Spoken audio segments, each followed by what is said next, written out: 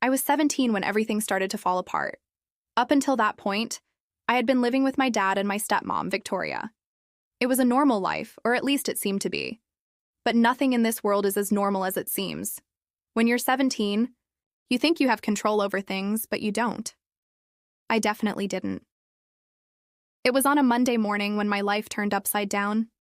I was at home making breakfast, trying to prepare for a day like any other, when my dad, Daniel, came into the kitchen with that look on his face, the one you get when you're about to deliver bad news, you know?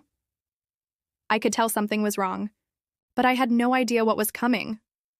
"Emily," he said, almost without looking me in the eye, like he was preparing to scold me. "Did you steal the family watch?" I didn't understand at first. I just looked at him, my heart racing in my chest. "What? Dad, I didn't steal anything. What are you talking about?" But he wasn't listening. He was so focused on his anger and disappointment that it seemed like he couldn't even hear me. "The watch is gone, and everyone knows you were at the house last night. I have no doubt it was you." I stood there trying to process what he was saying, not knowing whether to laugh or cry. How could I have stolen the watch? The gold watch that had been passed down through generations in our family? The symbol of status and prestige? Me, Emily, his daughter, being capable of something like that? But deep down, I knew it wasn't about the watch. It wasn't about a valuable object. It was about what I knew, what I had seen, what they were trying to hide. And there I was, being the perfect scapegoat for a lie that made no sense.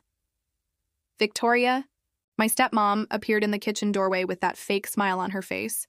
She always had this way of keeping an eye on everything, always waiting for a moment like this to throw more fuel on the fire. And when she walked in, she made sure to look at me with a face full of disdain. "I knew you couldn't be trusted, Emily," she said in that sweet but venomous tone. "Now, you have to face the consequences of your actions." I wanted to scream. I wanted to tell everyone that in reality, it was her, Victoria, who had something to hide. But I was so shocked and confused, nothing came out of my mouth. That's when Isabella, my half-sister, walked into the room and looked at me with that superior air. "I always knew you weren't a good person," she said, and it hit me like a punch in the stomach. Isabella was younger, but she already knew how to get to me, how to make me feel small. And in that moment, she was winning. That's when my dad, the man I'd always tried to please, simply turned his back on me. He accused me without a second thought, and then told me to leave the house. "You're not welcome here anymore," he said, his eyes full of disappointment. And as if I wasn't already feeling miserable enough, he told me that if I hadn't stolen it, this wouldn't have happened. As if somehow, everything was my fault. I was kicked out of the house at 17. And the worst part? He didn't believe me. He believed Victoria. He believed Isabella. And more than anything, he believed the lie they had created. I don't even know how I survived that. I felt betrayed in a way I can't even explain. The guy who was supposed to protect me, the guy who was supposed to be my safe haven, threw me out like I was trash. And in that moment, I realized that, to him, nothing mattered more than maintaining appearances. What I wanted, what I needed, meant nothing. I was just a problem, a stumbling block in the path to the perfect life he so desperately wanted. I went to live with my mom. She welcomed me with open arms, but I didn't know how to handle everything that had happened.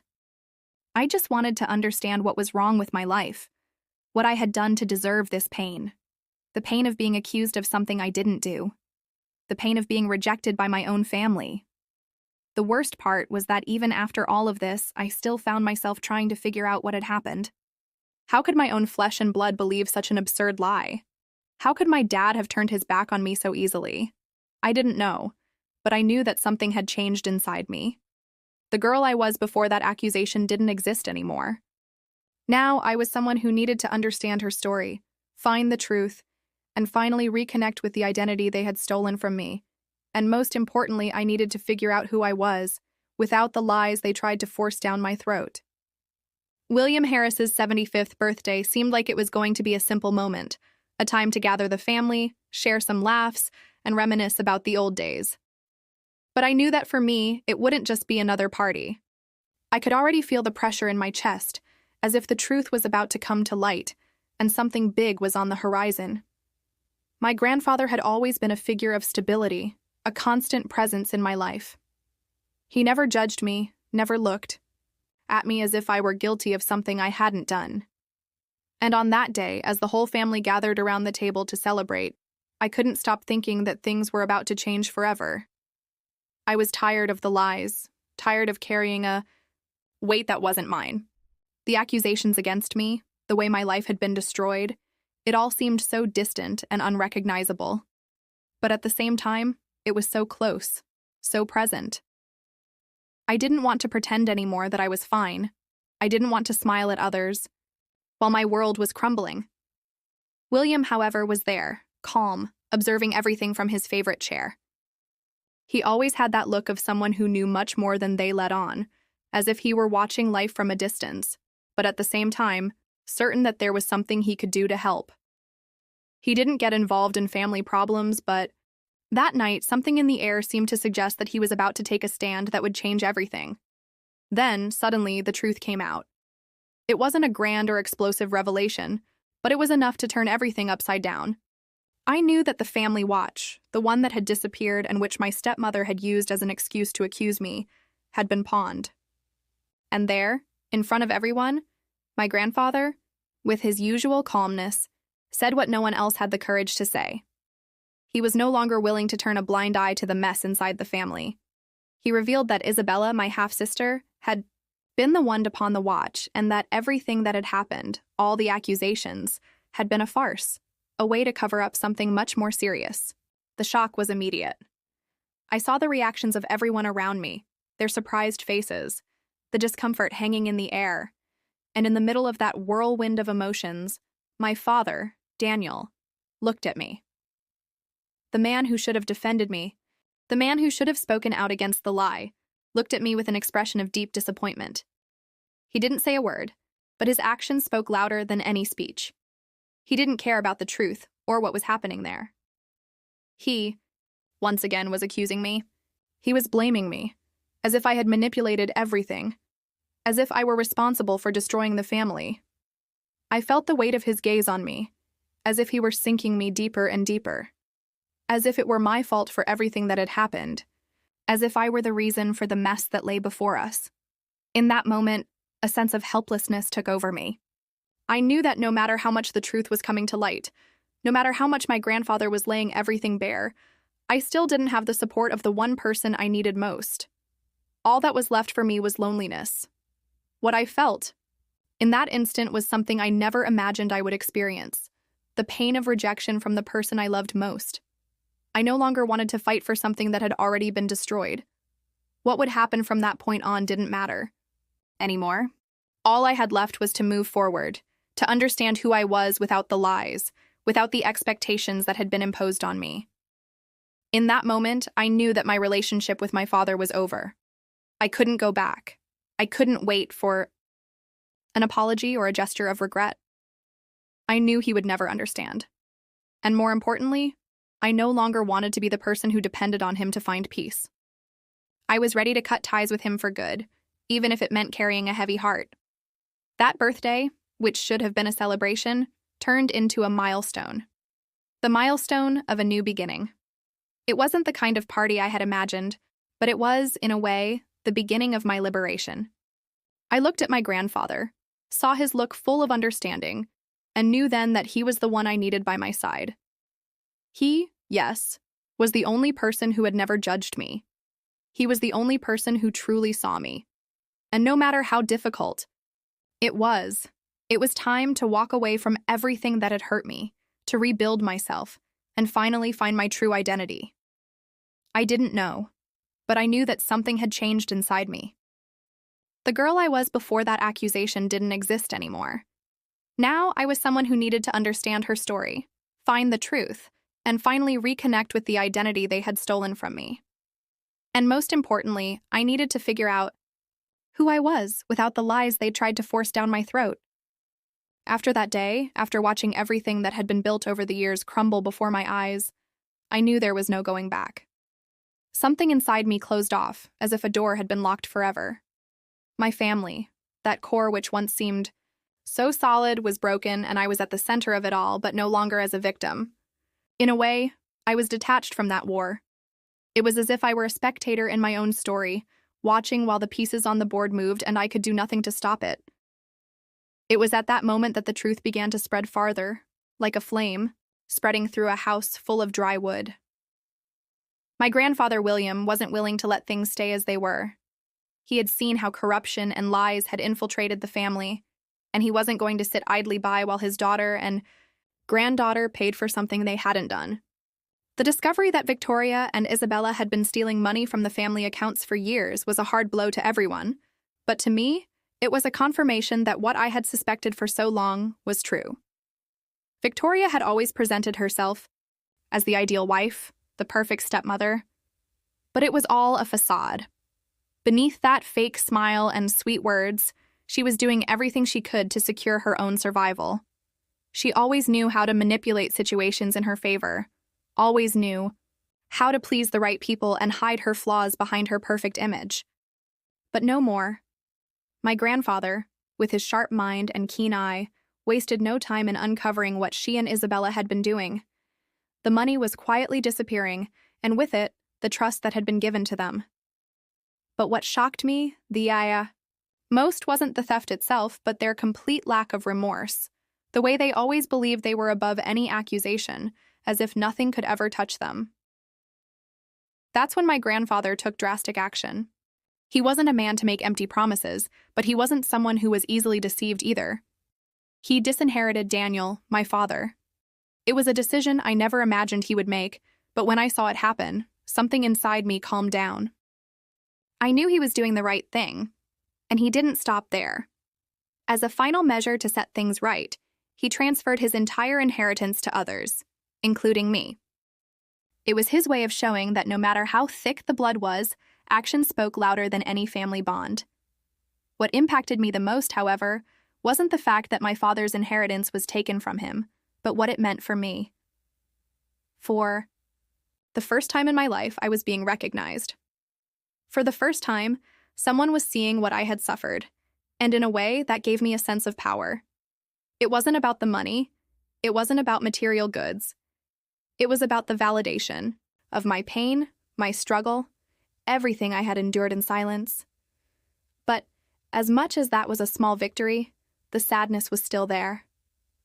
I couldn't stop thinking about how everything had come to this point. How was it possible that my family, the people I loved, had become so embroiled in lies and corruption? How could I have been so blind? I no longer knew who to trust. No longer knew what to do with all the pain that had been pushed inside me over the years. That's when my grandfather made another important decision. He forced the sale of the house where my father lived. The house that, before, had symbolized security and belonging to me. That place which, despite all the lies and misunderstandings, had always been my home. Now it was being sold, and with it, the last reminder of what had once been a family. The property, which had been part of my grandfather's trust agreement, was now in his hands. And it was with a mix of relief and sadness that I saw my father being forced to kick out his wife and daughter.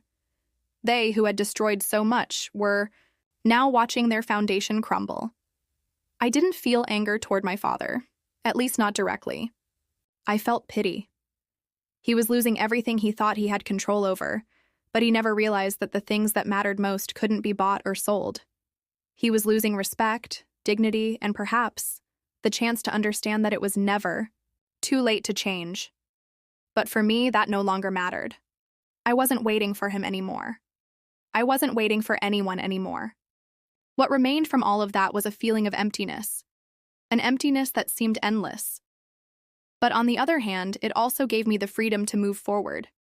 It was no longer about what had been lost, but about what I could build now. For the first time, I was starting to understand that my story didn't have to be defined by what I did or didn't do for others. It only needed to be mine. And that, in the end, was what mattered most. When the truth finally came to light, it swept away everything that had been built by Victoria and Isabella. There was no more room for the lies or manipulations they had sustained for so long. Everything they thought they had controlled, all their moves to stay above any consequence, crumbled like a house of cards. Victoria had always presented herself as the matriarch, the devoted wife, the stepmother who should have welcomed me. However, behind her flawless demeanor, she was a master at weaving lies and hiding her flaws. What she didn't count on was that the truth, sooner or later, would find its way. When my grandfather disinherited Daniel and revealed the financial manipulations of the two of them, Victoria's mask fell. There was no longer any way to hide the greed, the selfishness, and the lack of ethics that had guided her. She, who had always believed she was untouchable, now saw her facade crack. When William's decision was made, Victoria, not knowing what else to do, tried to hold on to what little stability she had left. She believed she could still manipulate the circumstances to her favor, that she could still control the situation somehow. But none of it worked. The strength of William's actions, the way he made decisions without hesitation, the way everything happened without her having any power to stop it, left Victoria in a state of deep despair. When she saw she was completely defeated, she made the only decision that still seemed to make sense to her. She asked for a divorce. It was no longer about love or commitment. It was about securing her own financial survival. She believed that by divorcing Daniel, she could walk away with some compensation, some form of security. But the reality was far crueler. The game she had been playing was no longer of value, and she found herself, finally, stripped of everything she thought was her right. Isabella, on the other hand, was harder to understand. While Victoria tried to maintain some dignity, Isabella found herself without any support. Her manipulation no longer had any effect, and the victim image she had cultivated was no longer convincing. When it became clear that there was no longer any way to hide behind the lies, she tried to find a desperate solution. She came to me. It seemed like she finally saw me as someone who could help her stay afloat, someone who could still offer something, even if it was just a bit of compassion. But the Emily she was looking for was no longer the same. The young woman who once felt pity and concern for Isabella no longer existed. I had become someone different, someone who no longer cared about saving those who didn't deserve to be saved. What hurt me the most, perhaps, was the fact that I had given so much of myself to these people, believing in empty promises, trying to find something that had never existed. I no longer felt anger. I no longer felt anything for them except a sense of emptiness. I watched them sink into their own lies, each step they took being a step deeper toward the bottom, and I couldn't help but think. They were finally getting what they deserved. The same game they had played with me, full of manipulation and falsehood, was now being turned against them. Victoria and Isabella were alone now, without support, without the resources they thought they had at their disposal. There was no one left to protect their lies, no one else to follow the script they had written. Their lives, which had for so long been built on exploiting others, fell apart. The sandcastle collapsed, and for the first time, they faced the true consequence of their actions. I suppose on some level, I should have felt satisfied with that. As if justice was being served, as if vengeance had been achieved in some way. But that wasn't what I felt. I didn't feel joy. I didn't feel relief. I only felt a deep sadness, a melancholy for the loss of something that was never really mine, the idea of family. What remained for me now was the realization that the truth always comes to light, even if it brings pain and destruction along with it. I looked back and no longer recognized those people. They were no longer my stepmother, my sister. They were just shadows, distant figures representing a painful chapter of my life. What remained for me now was to move forward, rebuild, but without any hopes of reconciliation with those who had done me so much harm. I was finally free to leave the past where it belonged, behind me. And it was with this new understanding that I moved on, farther and farther away from the chains that had bound me to what I no longer wanted. Life, after the truth was revealed, seemed to be unfolding in a chaotic yet inevitable way. It was as if I were living in a space between what I knew was right and what I felt was necessary to move forward. My father, Daniel, continued to deny everything that had happened. He refused to accept that his world was crumbling, and once again, the blame fell on others. Now, he tried to blame my grandfather or even me for the situation the family found itself in. I had expected this, but it still tightened my chest every time I heard his words. He was never good at taking responsibility. He never knew how to handle his failures, and now, more than ever, that was clear.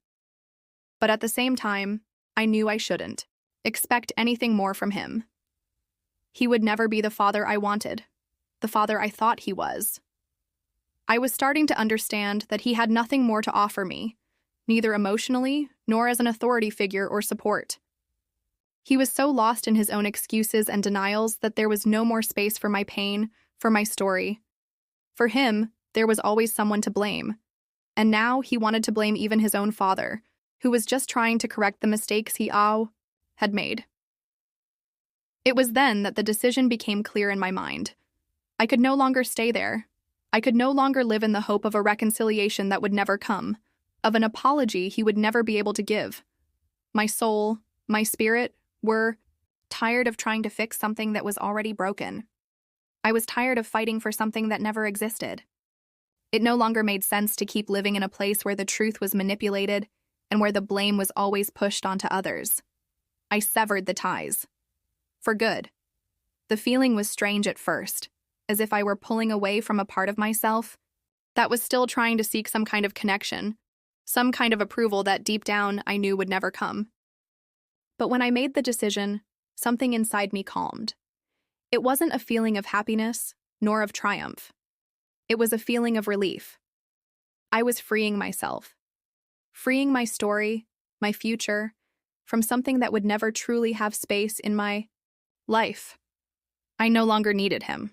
I no longer needed the approval of someone who had never been able to see who I really was. I no longer needed to carry the weight of his expectations on my shoulders, the weight of the guilt he always tried to push onto me, the weight of the lies, the accusations, the disregard. By distancing myself, I allowed myself to breathe, to live without the burden of trying to please someone who had never been on my side. Looking back at everything that happened, I didn't feel hatred nor resentment. What I felt was immense sadness. Sadness for what our relationship could have been, sadness for everything we never shared together, but at the same time, I knew that this sadness was necessary. It was part of the healing process. Because when you decide to cut something out of your life, something that no longer has space, something that has been broken, you don't do it with anger. You do it because you know that, without this decision, you will never be able to move forward. And I needed to move forward. At some point, I realized that I was finally in control. I finally understood that my happiness no longer depended on a father who didn't know how to be a father. My happiness was in my hands, and I was responsible for building my path, no longer by the expectations of those around me, but by my own. I was starting to feel stronger, more independent. The emptiness left after cutting ties with my father was filled with a sense of peace I never knew existed. The pain was still there, of course, but now I knew how to deal with it. It was part of my journey, of my growth. I was no longer the victim. I was becoming someone who finally understood what it took to be free, and it was with this sense of relief that I moved forward, determined to rebuild my life. I had the tools for it, and I knew that by my side, there were those who truly mattered. My grandfather, William, who had never abandoned me, had always been there to support me, to remind me of my worth. It was with him that I now shared my steps, my decisions, and by his side, I knew I could finally be the person I had always wanted. To be life now felt lighter, more mine.